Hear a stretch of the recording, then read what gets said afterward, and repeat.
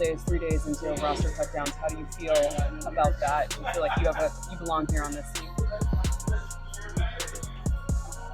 Obviously, I think overall as a player, I feel like I put in the work. I feel like everything I do, I try to do it to my best, and that's all I ask for. So I feel like everybody feels like they should be on the team.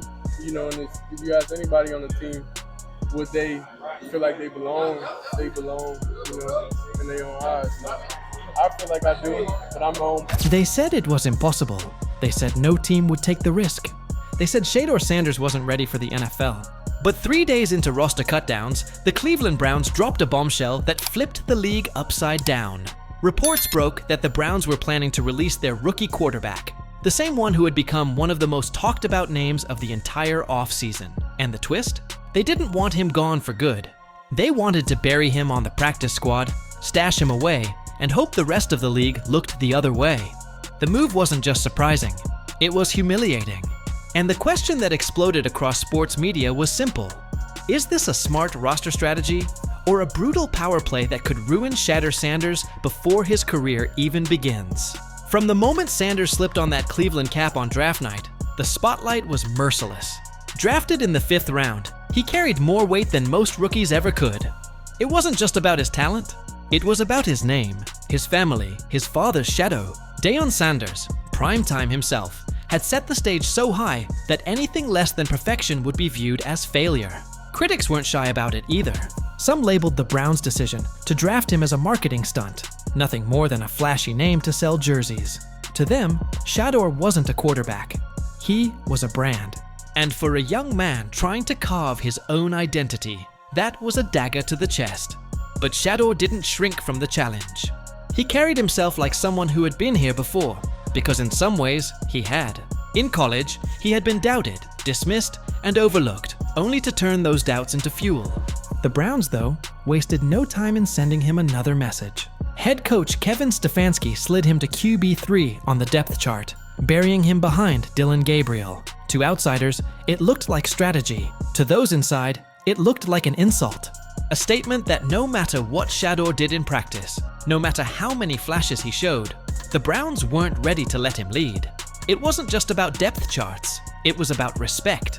And respect in the NFL is earned with every snap. Still, Sanders didn't back down. He knew what people were saying. He heard the whispers. Project, overhyped, he's not ready. But then came the Rams preseason game, the night that could have changed everything. For Shedeur, this was more than just a preseason matchup. This was survival. From the first snap, you could feel the tension. His footwork was stiff, his eyes scanning too deliberately. The Rams' defensive line tested him instantly, sending pressure to see if he could survive the NFL speed.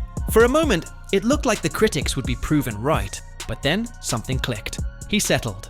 He started ripping throws with confidence, stopped overthinking, and just played ball.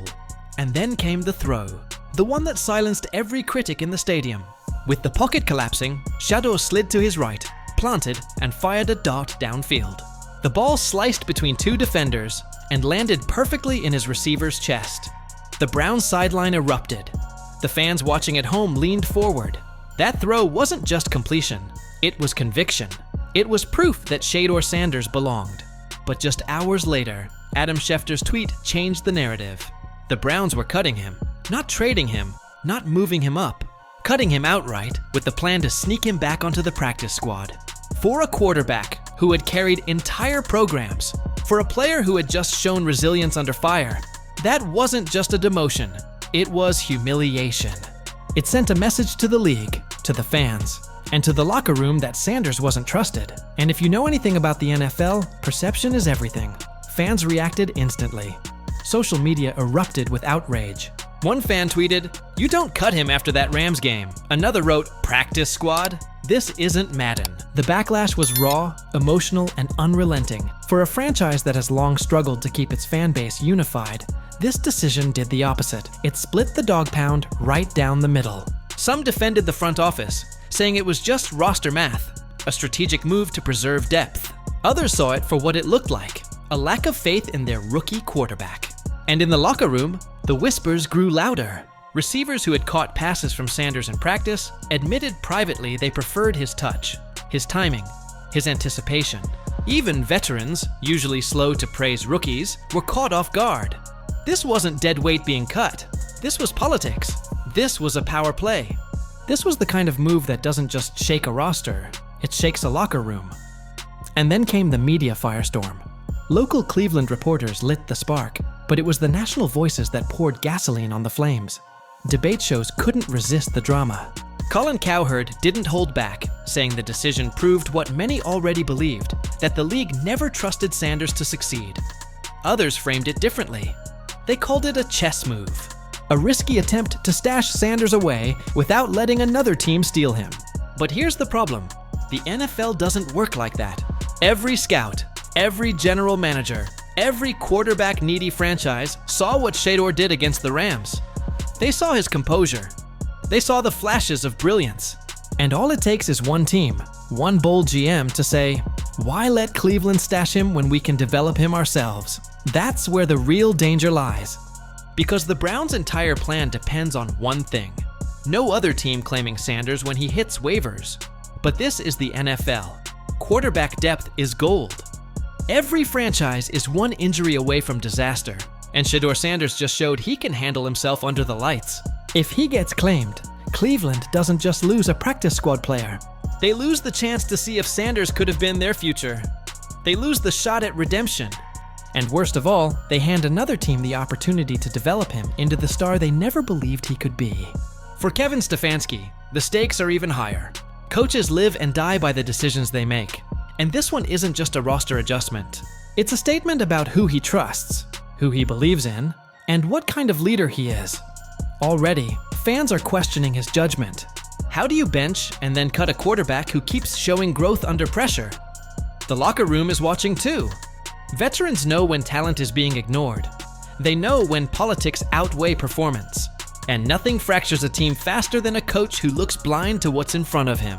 If Shador thrives elsewhere, if he rises in another city, this decision will haunt Stefanski and the Browns for years to come. But maybe the bigger story is that this isn't just about Sanders. It's about the Browns themselves. Are they a franchise that values politics over performance? Are they a team that fears pressure more than they embrace it? Or are they simply so short-sighted they'd rather bury a young quarterback than risk the controversy of letting him compete? Whatever the answer is, one thing is clear. This isn't just a roster move. This is a turning point. Because the moment Shador Sanders' name hits the waiver wire, the rest of the NFL gets its chance. And trust me, the NFL is always watching. And here's where the fuse is lit.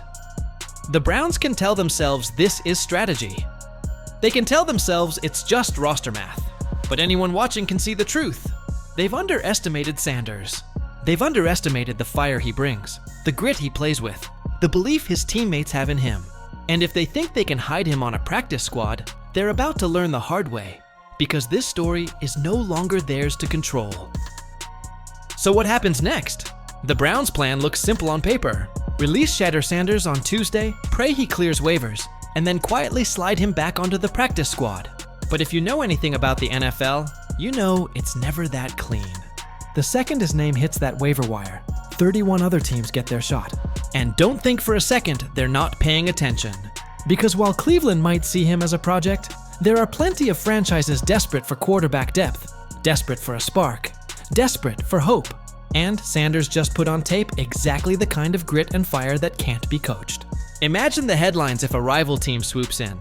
The Saints, the Falcons, the Raiders, even the Cowboys, hungry for another young arm to develop.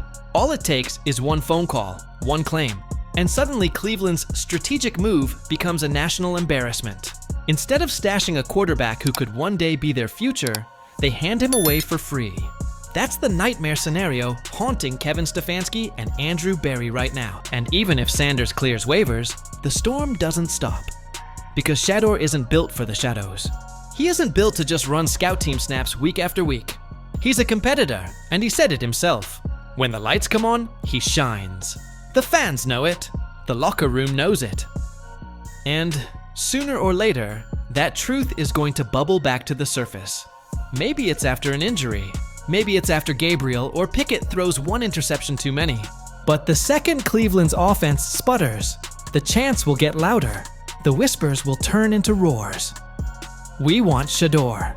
And when that happens, Stefanski's fragile grip on this team could shatter completely. That's the real weight of this decision. Because this isn't just about one rookie quarterback. It's about control. It's about leadership. It's about whether the Browns can keep their locker room together when the fans outside and the players inside believe in someone their head coach refuses to trust. And history tells us one thing: the moment a locker room starts questioning its coach, the clock starts ticking. Now think about the other side of this story. Let's say Shador does get claimed. Shedeur claimed. Let's say another team has the guts to snatch him up. Suddenly, the Browns aren't just losing a backup. They're losing a chance at their own future. They're losing credibility. They're losing the trust of fans who already feel like this franchise has been defined by dysfunction for decades. And if Sanders thrives elsewhere, if he steps onto another field, another city, another uniform and delivers, this decision won't just sting. It'll burn. It'll become one of those haunting what-if stories that fans never forget. Think about names like Kurt Warner, Tony Romo, or even Tom Brady. Quarterbacks who were overlooked, doubted, and buried, only to become legends. Every great story starts with a team that didn't believe. Cleveland is flirting with being that team in Sanders' story. And if history repeats itself, they won't just regret it. They'll never live it down. And then there's Sanders himself. Because here's the thing, he's not broken.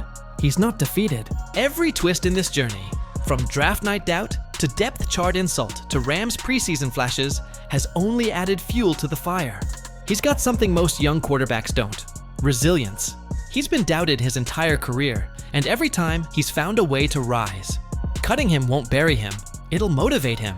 And that's the part Cleveland doesn't seem to understand. Because when Sanders gets his next shot, and he will, he's not just going to play for himself. He's going to play with a chip on his shoulder the size of the NFL. He's going to play to prove every critic wrong, every doubter blind, and every decision maker in Cleveland foolish. And when that moment comes, whether in orange and brown or another team's colors, the league will remember this week. They'll remember the Browns chose politics over performance. They'll remember they had a chance to believe in him and instead tried to bury him. In the meantime, the fan base won't let this story die. Social media has already shown where their loyalty lies. They've chosen Sanders, and once fans choose their quarterback, no coach, no general manager, no roster decision can silence them. The chants are coming. The pressure is coming. And for a team already fighting to find its identity, that pressure could be crushing. So what's next for Shador Sanders? The path splits in two directions. Option 1, he clears waivers, spends time on the practice squad, and waits for his shot. If the Browns' offense stumbles, and let's be honest, history suggests it will, the calls for Sanders will only get louder. At that point, Stefanski may have no choice but to give him a chance. Option 2, another team sees what Cleveland refuses to, claims him, and develops him. If that happens, Sanders' story transforms overnight from rookie project to stolen gem. And the Browns? They'll be remembered as the team that gave him away for nothing. Either way, this isn't just about Sanders' career. This is about the Browns' season. Because the truth is, their decision has already lit a fuse. The fan base is split. The locker room is restless. The media is circling like sharks. And the rest of the NFL is watching, ready to pounce. Cleveland may think they've made a quiet roster adjustment, but in reality, they've turned their entire season into a high-stakes gamble. And here's the part no one in the Browns' front office wants to admit. They can't control what happens next. They can't control how the fans respond. They can't control whether another team swoops in. And they can't control Sanders' fire, his grit, his refusal to go quietly. Because players like him don't just disappear. They rise, they fight, they write their own stories. So here's the bottom line. This decision won't be remembered as just roster math. It'll be remembered as the turning point. The moment when the Browns either lit the fire of their future or handed it away to someone else. They can try to bury Sanders on a practice squad, but the truth is simple. He's not going away. He's not done. And when the lights shine brightest, when the pressure is highest, everyone who doubted him will be forced to face the reality they tried to ignore. Because Shador Sanders' story is only beginning. And no matter how hard Cleveland tries to control it, The next chapter is already writing itself. And that's where you, the fans, come in. Because this isn't just something to watch, this is something to be part of. Every snap Sanders takes, every throw he makes, every headline that hits the news, you'll want to be locked in. Because when the moment comes, and trust me it will, you'll know you were here first. Watching, believing, waiting for the day the rest of the league wakes up. So hit subscribe, stay tuned, and buckle up. Because if you thought the drama ended on draft night, think again. For Shador Sanders, for the Browns, and for the entire NFL, the real story is just beginning.